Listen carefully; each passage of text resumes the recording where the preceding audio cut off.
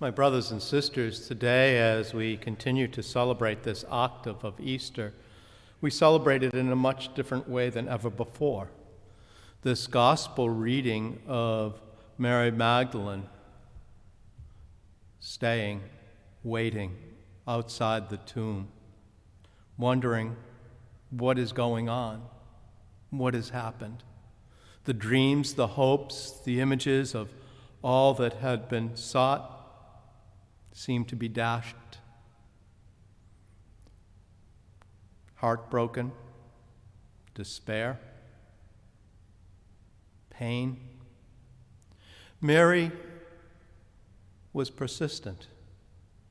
She wasn't sure what would be happening next, but she was faithful. All of a sudden, this person comes up and asks the simple question, "Why are you weeping?" They've taken my Lord, and I don't know where they laid him. Why are you weeping? How many, since this coronavirus, identify so closely with Mary? Not understanding, trying to figure out, seeking answers, and not knowing what comes next. Jesus finally turns and says, "Mary." And if you imagine Jesus saying that name, a beloved saying that name, Mary's response must have been to get up and to hug Jesus. And Jesus responds, "Stop holding on to me, for I have not yet ascended to my Father. Go to my brothers and tell them." The consolation of our faith, especially at difficult times, offers us the opportunity in that imagery to realize Jesus never leaves us, that he calls us by name. And as he does so, he wants us to understand that as we try to figure things out, that we do not do it alone.